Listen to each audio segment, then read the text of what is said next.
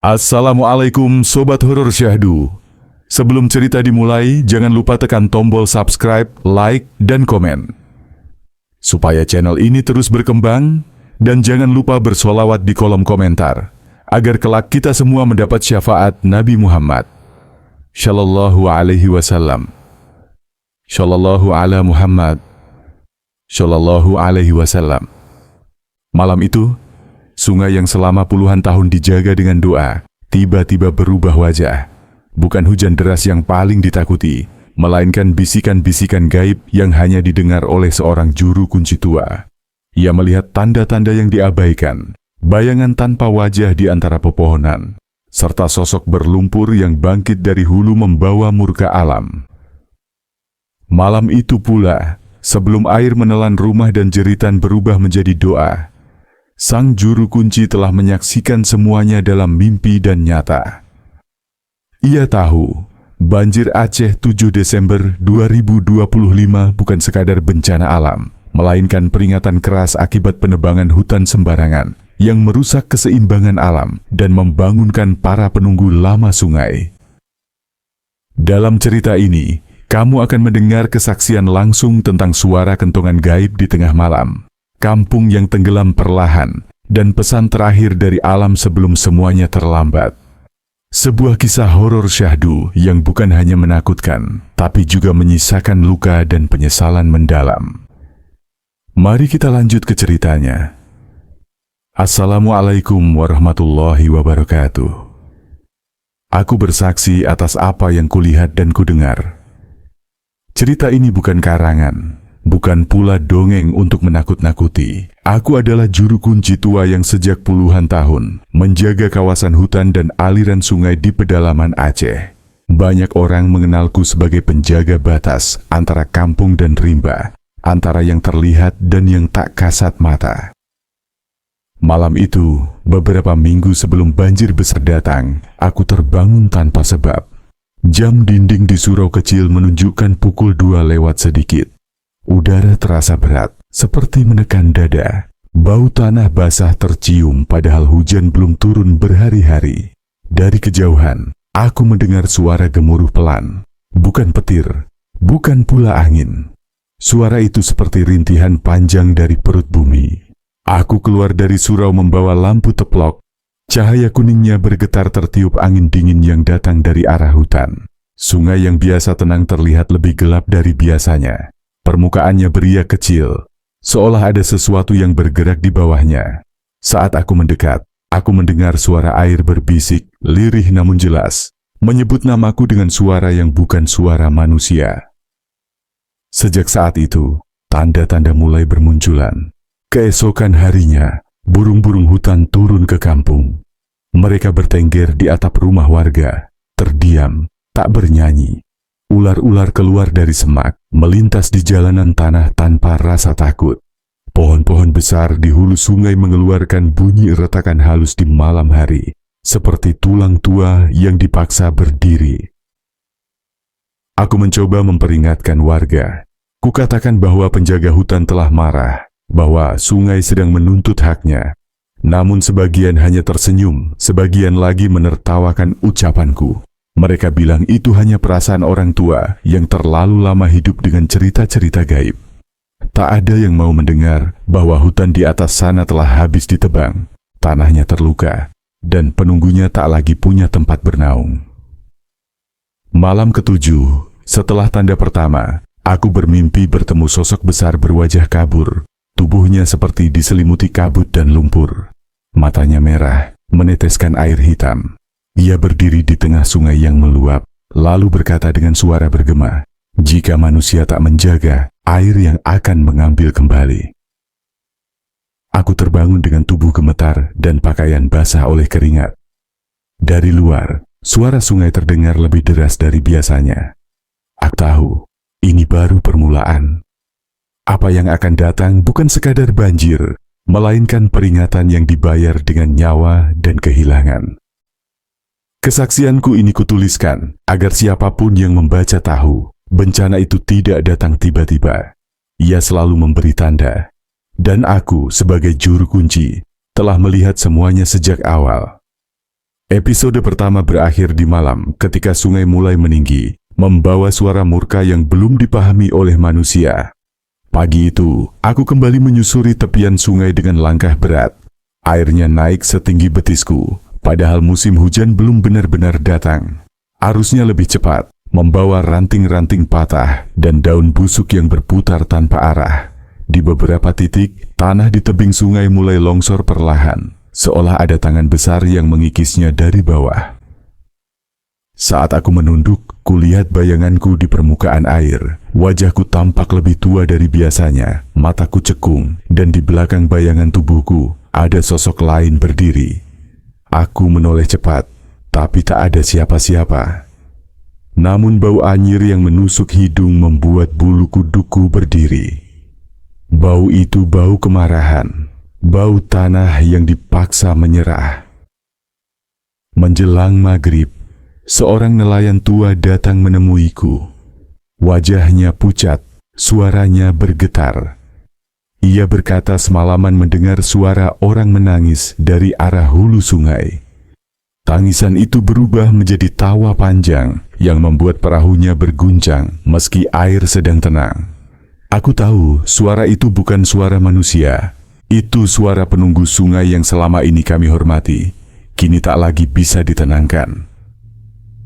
Malamnya aku melakukan ritual kecil di tepi sungai, menyalakan kemenyan dan membaca doa-doa yang diwariskan leluhur. Api lilin berkedip liar. Asap kemenyan tak mau naik ke atas, malah melata di permukaan tanah. Dari dalam hutan terdengar suara pohon tumbang, 1-2, lalu sunyi kembali. Seolah hutan sendiri sedang memberi jawaban. Saat itulah aku melihatnya. Di tengah sungai, berdiri sosok tinggi berkulit gelap seperti lumpur basah. Rambutnya menjuntai, menyatu dengan aliran air. Matanya kosong namun penuh amarah.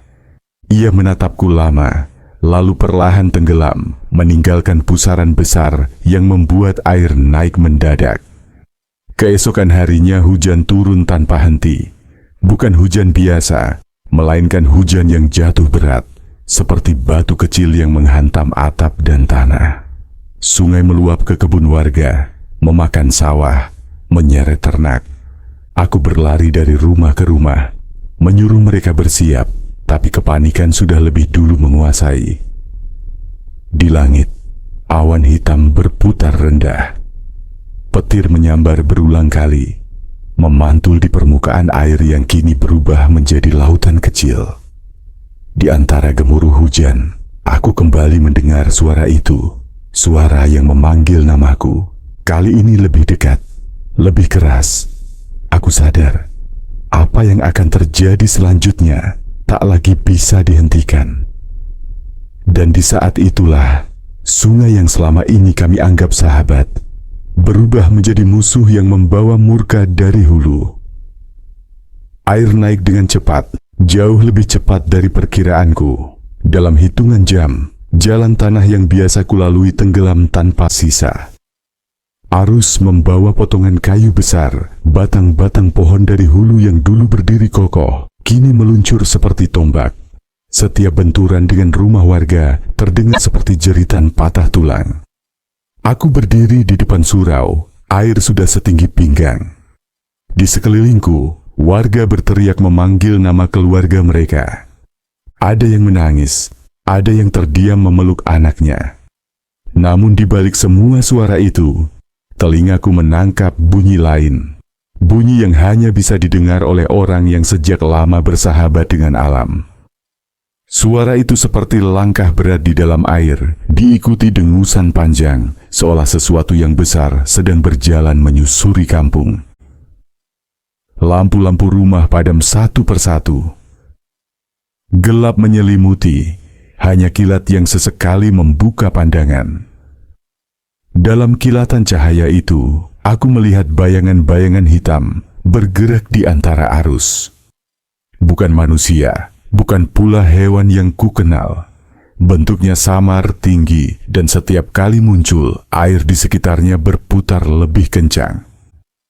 Seorang anak kecil menarik bajuku sambil menangis. Katanya ia melihat kakek tinggi berambut panjang berdiri di atap rumah mereka. Padahal kakeknya sudah lama meninggal. Aku tak sanggup menjawab, karena apa yang ia lihat kemungkinan sama dengan yang kulihat. Penunggu lama yang bangkit, bukan untuk melindungi, melainkan menagih janji yang dilupakan manusia. Aku mencoba bertahan di surau, membaca doa sekuat suara yang tersisa. Namun angin masuk membawa air dan lumpur, memadamkan lampu teplok. Dalam kegelapan total, aku merasakan dingin yang bukan berasal dari air. Dinginnya menusuk sampai ke tulang, disertai bisikan-bisikan marah yang saling tumpang tindih. Di tengah kekacauan itu, aku tersungkur ketika arus besar menghantam. Saat tubuhku hampir terseret, sesuatu menahan kakiku. Aku menoleh dan melihat tangan hitam berlumpur mencengkeram tanah, menopang tubuhku agar tak terbawa. Wajahnya muncul perlahan dari air, wajah yang pernah kulihat dalam mimpi. Matanya menatapku lama, lalu ia menggeleng pelan, seolah berkata bahwa aku hanya saksi, bukan sasaran. Pegangan itu menghilang, dan aku berhasil merangkak ke tempat yang lebih tinggi. Dari sana, aku menyaksikan kampungku perlahan tenggelam. Tangis berubah menjadi sunyi. Jeritan berubah menjadi doa yang putus-putus. Aku tahu, malam itu bukan akhir segalanya, melainkan awal dari duka panjang yang akan dikenang turun-temurun. Dan di dalam hatiku, aku sadar, kesaksianku belum selesai. Apa yang terjadi malam ini hanyalah pembuka dari murka yang sesungguhnya. Menjelang subuh, hujan mulai reda, tetapi air tidak surut.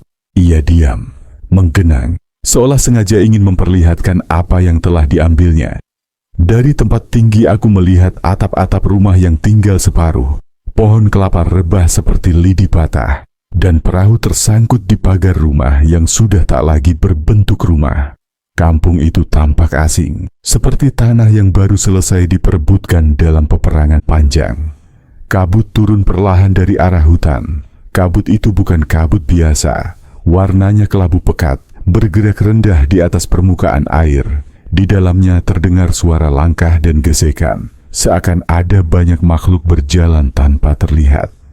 Aku menahan napas ketika kabut itu melewati tempatku berdiri. Udara menjadi amis, dan kepalaku terasa berat, seperti ditekan dari dua sisi.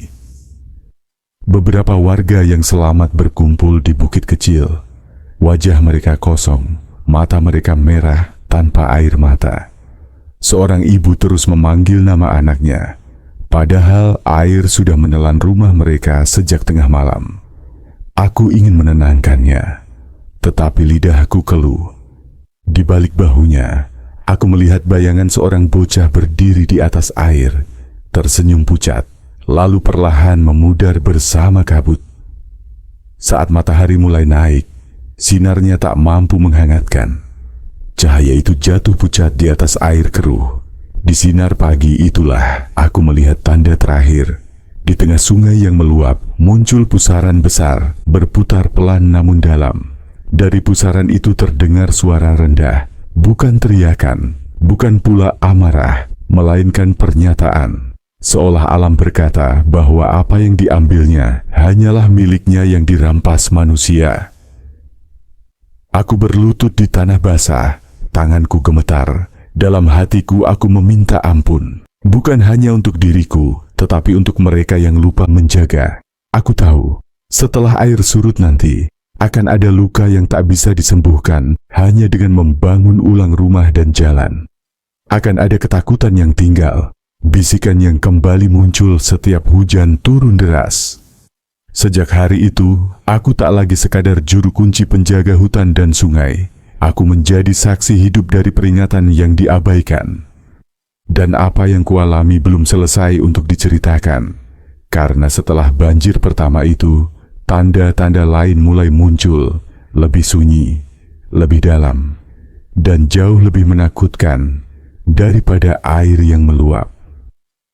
Kesaksianku akan berlanjut, karena murka alam belum sepenuhnya reda. Beberapa hari setelah air mulai surut, kampung kami tak pernah benar-benar kembali sunyi. Lumpur mengering di dinding rumah seperti luka yang dibiarkan terbuka. Setiap langkah menimbulkan bau busuk yang menyengat, campuran tanah, bangkai ternak, dan sesuatu yang lebih tua dari itu. Pada malam hari, ketika warga tertidur kelelahan di pengungsian, aku masih terjaga, duduk menghadap sungai yang kini tampak jinak namun menyimpan tatapan dingin.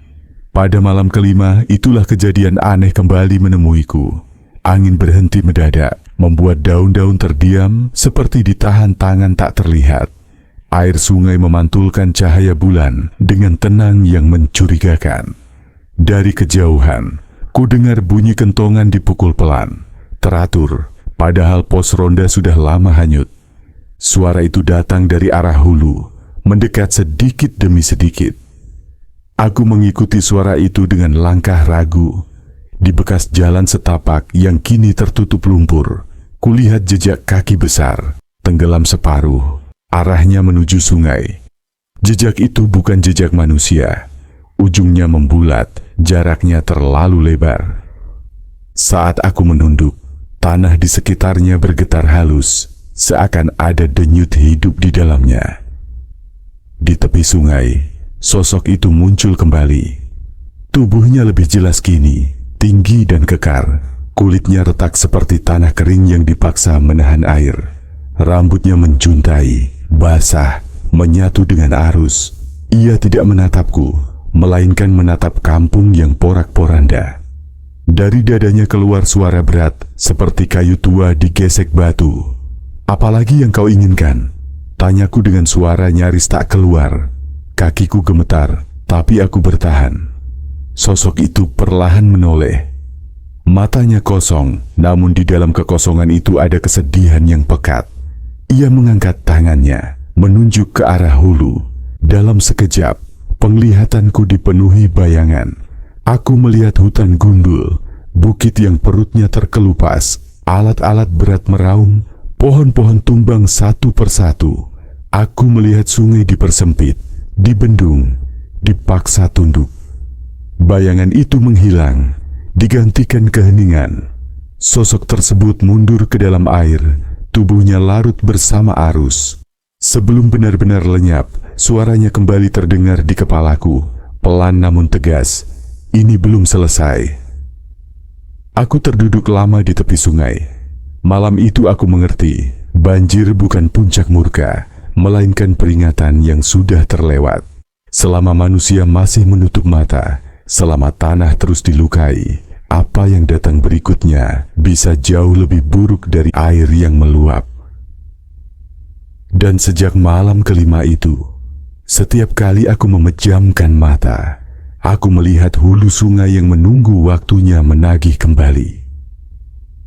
Sejak malam kelima itu, tidurku tak pernah benar-benar nyenyak. Setiap terlelap, aku selalu terbangun oleh suara air mengalir di telinga. Meski sungai sedang surut, pada malam ke-6, hujan turun sebentar lalu berhenti, meninggalkan udara lembab yang membuat napas terasa berat. Aku berjalan ke arah hulu sendirian. Di sana, tanah masih basah, namun tak ada jejak air baru. Yang ada justru retakan-retakan kecil di permukaan bumi, seperti luka yang belum sembuh. Dari dalam retakan itu terdengar suara gemuruh pelan, seakan bumi sedang menahan amarahnya sendiri. Tiba-tiba angin berputar, membawa bisikan yang saling bertumpuk. Bukan ancaman, melainkan peringatan terakhir. Aku melihat bayangan-bayangan berdiri di antara pepohonan yang tersisa, diam, menatapku tanpa wajah. Mereka tidak mendekat, hanya memastikan aku melihat dan mengingat. Aku berlutut dan berdoa lama di tanah dingin. Saat aku bangkit, semua bayangan menghilang. Hutan kembali sunyi, namun sunyi yang menyesakkan. Aku tahu, alam telah memberi tanda paling akhir. Jika masih diabaikan, bukan hanya air yang akan datang, melainkan sesuatu yang lebih dalam dan lebih gelap dari sekadar bencana. Sejak malam itu, Aku bersiap menjadi saksi dari kejadian yang tak lagi bisa dihentikan. Hari-hari berikutnya terasa berjalan lebih lambat. Langit sering mendung meski hujan jarang turun. Pada malam ketujuh, aku kembali mendengar suara yang sama seperti awal semua ini terjadi. Suara gemuruh halus dari perut bumi, kini terdengar lebih dekat dan lebih jelas. Di pengungsian, beberapa warga mulai mengigau saat tidur. Mereka menyebut nama sungai, hutan, dan sosok tinggi berambut panjang. Seorang pemuda bahkan berteriak histeris, mengaku didatangi makhluk berlumpur yang berdiri di samping tikarnya, menatap tanpa mata. Aku hanya bisa menenangkan mereka, meski hatiku sendiri tak tenang. Menjelang tengah malam, tanah bergetar ringan. Tidak sampai menjatuhkan apapun, tetapi cukup untuk membuat semua terdiam. Aku keluar dan melihat air sungai beriak, meski tak ada angin. Dari permukaannya muncul gelembung-gelembung besar, lalu menghilang satu persatu. Saat itu aku sadar, alam belum pergi. Ia hanya menunggu, dan setiap getaran kecil adalah cara alam mengingatkan bahwa murkanya belum selesai dibayar. Pada malam ke-8, hujan kembali turun tanpa suara angin. Tetesannya jarang, namun setiap jatuh terasa berat. Sungai tidak meluap, tetapi permukaannya menghitam, seolah menelan cahaya bulan. Aku berdiri lama di tepinya, merasakan firasat yang semakin menekan dada. Dari arah hulu, terdengar suara seperti kayu diseret di atas batu. Bersamaan dengan itu, bau lumpur kembali muncul, pekat dan menusuk.